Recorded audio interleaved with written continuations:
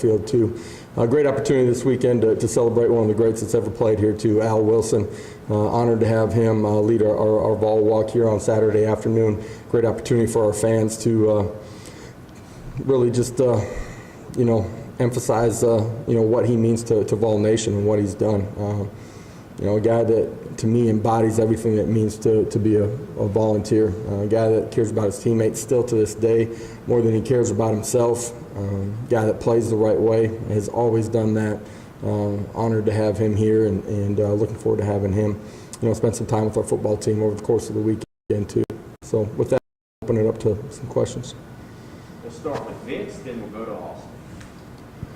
Justin, some of those things that you said you liked about how they've handled practice this week, I know there's a lot of factors involved in that, but what are some of the specific things you look for coming off of a win to make sure your guys are still dialed in to want more? Yeah, for sure. Just the energy that they practice with. When we go good on good, what's the tempo of it? What's the strain? When we go into scout periods, what's the attention to detail? What's the effort that we're getting? Not just from the guys that are playing on Saturday, but from the other guys too. It's our entire program practicing the right way.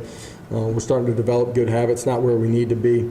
You guys have heard me say this, the last 48 hours is going to be critical in this one too, and we continue to grow in that way too. Coach, you talked about the last 48 hours. You talked about last week about seeing some leadership emerge. You didn't want to specify anybody just because you felt like it was still in its infancy. This team started to clean things up. Penalties went down last week. No turnovers the last couple of weeks. Do you feel like you guys are really turning the corner with the little things you've been talking about?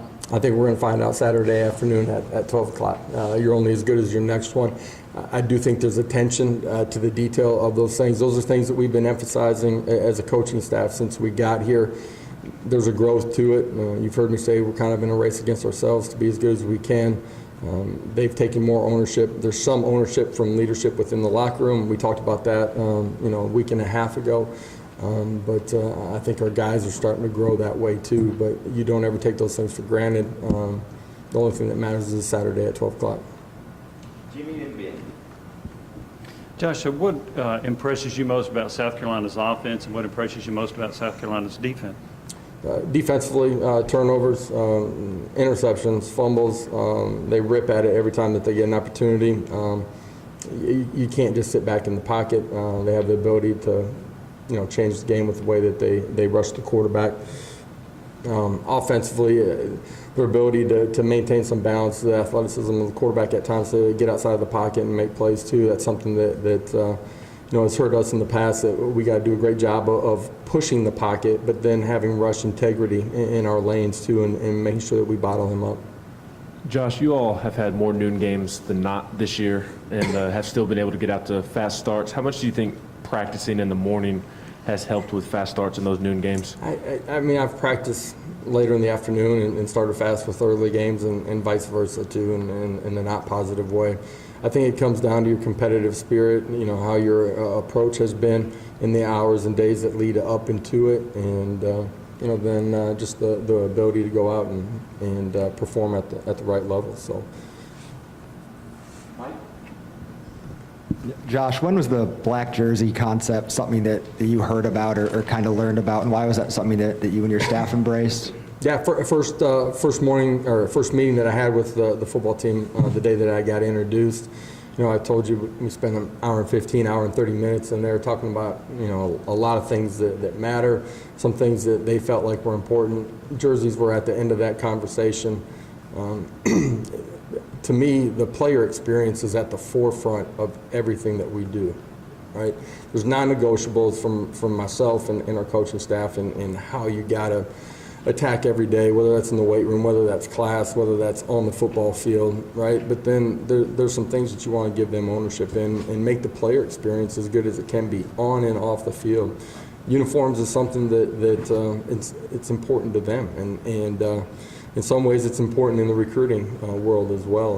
And so for us, that was something that, I don't know, maybe a month and a half, 2 months onto the job, right? I mean, the first month and a half, you're just trying to get your feet on the ground and get everybody here and get going.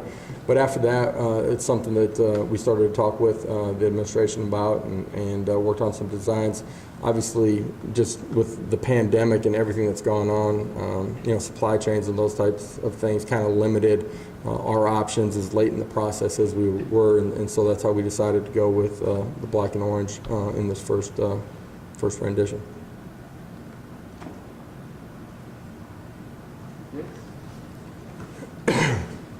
You always talk about process. What about the process of chemistry with the coaching staff from when you got here, and where is that process right now? You're always building trust. You're always building lines of communication. There's a ripple effect as a head coach in every interaction that you have with everybody inside your building every day. That's true with your staff. That's true with your strength and conditioning. It's true with academics. It's true with, you know, the people that are cleaning up after you. And so just being mindful of that. I think we do have great trust. Some of that is with the ability to bring people with me that I've had, you know, previous years with at the previous stop. Whether I knew guys that were coming in for the first time, right, and they know who I am and what I'm about, to, you know, some of the hires that hadn't been with me previously or I hadn't known that have connections with other people on this staff, made it easier to get started in the right direction. I do think that there's a clear vision of who and what we want to be. I know that we have coaching staff members that are about the exact same thing. And so when you have a vision that's very similar, you're able to grow extremely quickly. You know, part of that is just like our wives community too. And my wife and the other wives on staff have started to form that community too that impacts, you know, who we are as a program. Our players see and feel those. Jimmy, they backed off. Josh, two things. One, in short yardage situations, what do you see as the pros and cons of a quarterback being under center versus a quarterback being in the shotgun? Yeah, it's simply reading an outside defender. You know, I mean, it's the difference between under center and in the gun and normal downs too. Do you know a percentage, like at times when you've been in the shotgun, if you had success, 80%, 90%, do you know the percentage of success? Over the last 10 years of being a coordinator, I don't have that number for you. I can research that for you. Central Florida? I mean, I'll go research that. Coach, you talk about that being the first rendition of the jerseys. Do you envision, I mean, I get orange and white's going to always be the traditional look, but as far as going outside the box, and would you wear black pants on the road with a white top? Boy, you've seen me at these press conferences. Me picking out every design of a uniform is probably not the right way for this program to go. You know what I mean? In saying that, your first question was, what was the first? Do you envision more renditions of this then? I do think we'll have an alternate uniform that will appear periodically throughout the season. We have an unbelievable, the best college football uniform, like the orange and white, the classic look. Like, there's nothing better, man. Like the helmet to the pants to the jersey, the combinations you put together. Our players love that uniform, right? But you're also able to put a new twist on things too and change things up. So yes, we will have, you know, different combinations that show up during the course of the season. Uniform combinations that show up on game day, our leadership council, you know, on Sundays they come in and have medical treatment. Those guys are a part of picking out what we wear for the following game.